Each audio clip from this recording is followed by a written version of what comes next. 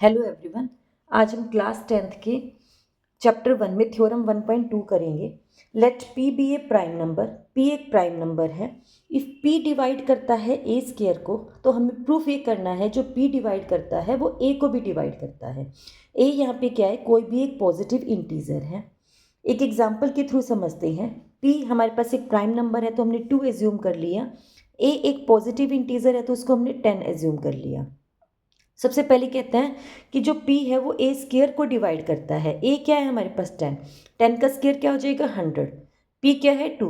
100 को 2 से डिवाइड किया 50। यस, वो डिवाइड कर रहा है 50। इसका फैक्ट 50 आ गया, मतलब जो ये 2 है वो इसका फैक्टर है। अब हमें क्या प्रूव करना है कि जो p है वो a को भी डिवाइड करता है। a की वैल्यू क्या है 10, p की वैल्यू क्या है 2, डिवाइड करो 5। यस, इसका मतलब हम क्या प्रूव कर पा रहे हैं कि अगर जो p है a स्क्वायर को डिवाइड करता है तो a को भी डिवाइड करता है। अब देखो 10 के फैक्टर क्या होंगे 2 मल्टीप्लाई में 5। 100 के फैक्टर क्या होंगे 2 मल्टीप्लाई में 5 मल्टीप्लाई में 2 मल्टीप्लाई में 5। क्यों, 2 टाइम्स ऑफ 10 है। हम इसको ऐसे भी लिख सकते हैं 10 square is equal to 2 square multiply में 5 स्क्वायर। अब हम इसको सॉल्यूशन में देखते हैं। ए एक पॉजिटिव इंटीजर है। पॉजिटिव इंटीजर है तो ए की वैल्यू क्या होगी, जो इसके फैक्टर्स होंगे वो सारे फैक्टर्स कैसे होंगे, प्राइम नंबर्स होंगे। तो ए किसके इक्वल होगा, जो फैक्टर्स ऑफ प्राइम होगा। तो p1 into P two into P three up to P N आ जाएगा। p1 p2 pn ये क्या है हमारे पास सारे प्राइम नंबर्स है। अगर हम ए स्क्वायर की बात करते हैं, ए ये है, ए स्क्वायर क्या होगा, यहाँ पे ए स्क्वायर क्या हुआ था, 2 टाइम्स हमने क्या लिख दिया था, ए को ही लिख दिया था। तो p1 multiply p2 multiply p3 up to pn multiply p1 multiply p2 multiply p3 up to pn। हम इसको 2 टाइम्स लिख सकते हैं। अब हमने इसको जब 2 टाइम्स लिख दिया तब हम इसका स्क्वायर भी लिख सकते हैं।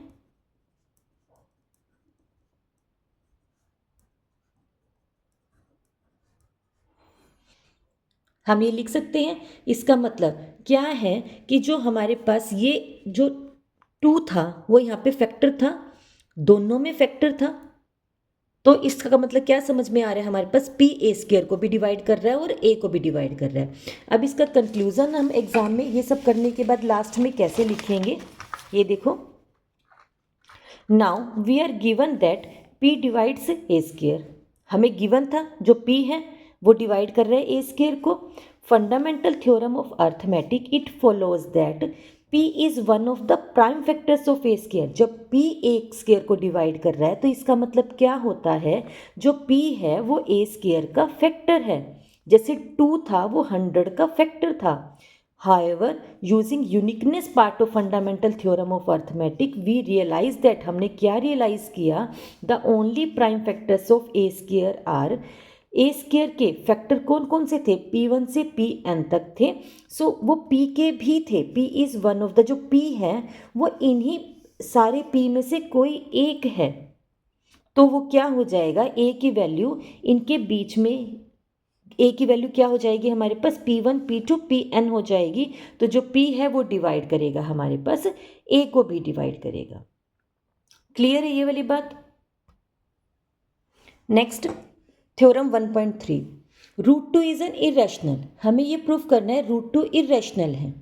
रूट 2 को इरेशनल प्रूफ करने के लिए हम क्या करेंगे, इसका अपोजिट एज्यूम कर लेंगे कि रूट 2 हमारे पास रैशनल नंबर है।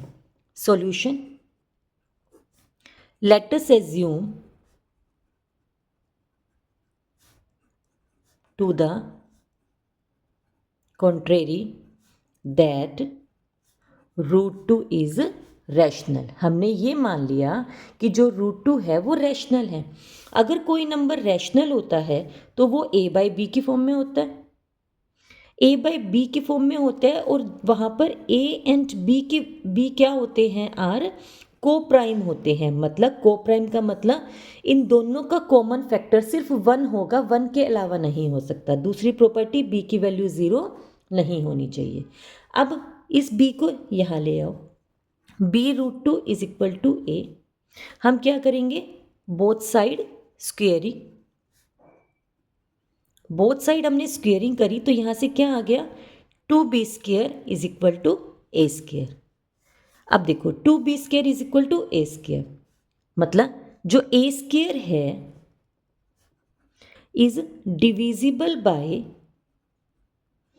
2, ये 2 डिवाइड में आ जाएगा, मतलब a² 2 से डिविजिबल है। एक पॉइंट हमारे पास आ गया।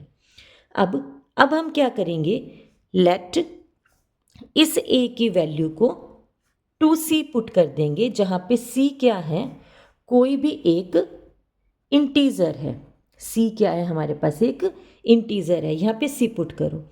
b√2 is equal to 2c, वही बोथ साइड स्क्वेयरिंग करो, बोथ साइड स्क्वेयरिंग करेंगे हम, तो हमारे पास क्या आ जाएगा, 2b² is equal to 4c², 2 से कट जाएगा, b² is equal to 2c²। अब जो b² है वो किसके डिविजिबल होगा, b² इज डिविजिबल बाय 2, ये सेकंड स्टेटमेंट आ गई। a² भी 2 के डिविजिबल है, b² भी 2 के डिविजिबल है, मतलब दोनों में कॉमन नंबर आ गया, a और b में कॉमन नंबर आ गया 2, जो कॉमन फैक्टर है 2। लेकिन हमने क्या पढ़ा था, रैशनल होने की प्रॉपर्टी क्या थी, वो को प्राइम होनी चाहिए। को प्राइम मतलब इन दोनों का जो कॉमन फैक्टर होना चाहिए वो सिर्फ 1 होना चाहिए। यहाँ कॉमन फैक्टर दोनों का क्या आ गया है, 2 हो गया है। इसका मतलब जो हमने एज्यूम किया था ये एक रैशनल नंबर है, ये एक रैशनल नंबर नहीं है, ये एक इररैशनल नंबर है। अब इसको हम एग्जाम में लिखेंगे कैसे, इतना करने के बाद अब हम ये स्टेटमेंट मेंशन कर देंगे, therefore a and b have at least 2 as a prime factor, दोनों के बीच में एक कॉमन प्राइम फैक्टर है 2, but this contradicts the fact that a and b have no common factor other than 1 के अलावा कोई भी इसका फैक्टर नहीं होना चाहिए था। This contradiction has arisen because of our incorrect assumption, ये क्यों अराइज हुई, क्योंकि हमने अजम्पशन लिया था कि √2 एक रैशनल नंबर है। सो वी कंक्लूड दैट, हमने कंक्लूड क्या निकाला, √2 है हमारा पास, हमारा क्या है, एक इररैशनल नंबर। क्लियर है। नेक्स्ट हमारे पास क्वेश्चन क्या कहते हैं, prove that √5 is irrational number. ये सेम है √2 इररैशनल नंबर की तरह ही। एक बार फटाफट करके दिखा देती हूँ, देखना ध्यान से, वो डिटेल में नहीं करूँगी। हम ये मान लेंगे, एज्यूम कर लिया जो √5 है, एज्यूम हमने क्या कर लिया, जो √5 है वो एक रैशनल नंबर है। रैशनल नंबर है तो √5 को हम क्या लिख सकते हैं, a/b की फॉर्म में लिख सकते हैं, वेयर a एंड b क्या है हमारे पास, आर को प्राइम है। ये वाली लाइन बहुत इंपॉर्टेंट है, लिखनी है। उसके बाद हम क्या करेंगे, b√5 किसके इक्वल हो जाएगा, a के, फिर बोथ साइड स्क्वेयरिंग करेंगे। बोथ साइड स्क्वेयरिंग करने के बाद हमें क्या मिला, 5b² is equal to a², मतलब जो a² है is divisible by 5। First point. अब हम इस a को क्या एज्यूम कर लेंगे, 5c, जो नंबर होगा वही एज्यूम करेंगे 5c। पुट किया हमने, b√5 is equal to 5c, वही बोथ साइड हम स्क्वेयरिंग करेंगे। बोथ साइड स्क्वेयरिंग करने के बाद हमारे पास क्या आ गया, 5b² is equal to 25c², तो b² is equal to 5c²। अब यहाँ से क्या समझ में आया, b² इज डिविजिबल बाय 5, ये सेकंड स्टेटमेंट आ गई। इसका मतलब दोनों का कॉमन फैक्टर क्या हो गया, 5 हो गया। दोनों का कॉमन फैक्टर हमारे पास 5 हो गया, तो इट मीन्स ये 1 के अलावा है, तो हमारे पास ये रैशनल नंबर नहीं है। जो हमारी एजम्पशन थी वो गलत हो गई है, और ये क्या है हमारे पास, एक इररैशनल नंबर है। कोई भी क्वेश्चन आ जाए, √2, √5, √3, √7, सब में यही करना है। ये क्वेश्चन भी इंपॉर्टेंट है, ये एग्जाम में आते हैं, इसलिए मैंने √5 को भी प्रूव करना सिखाया है। अब देखो example 6, show that 5 minus √3 is irrational. हमें क्या प्रूव करना है, 5 माइनस √3 हमारे पास क्या है, इररैशनल नंबर है। वही इसको एज्यूम करो रैशनल, रैशनल एज्यूम करेंगे तो क्या हो जाएगा, ये a/b की फॉर्मेट में हो जाएगा। 5 minus ab is equal to √3, -√3 इधर आकर पॉजिटिव हो जाएगा, a/b इधर आकर नेगेटिव हो जाएगा। सॉल्व करो, 5b माइनस ए बाय में b इज इक्वल टू √3। मैंने इसको क्या एज्यूम किया था कि ये क्या है, हमारे पास एक रैशनल नंबर है, ये एज्यूम लेकर के चली थी। √3 अभी अभी हमने प्रूव किया क्या होता है, हमारे पास एक इरेशनल नंबर होता है। √3 इज इरेशनल नंबर।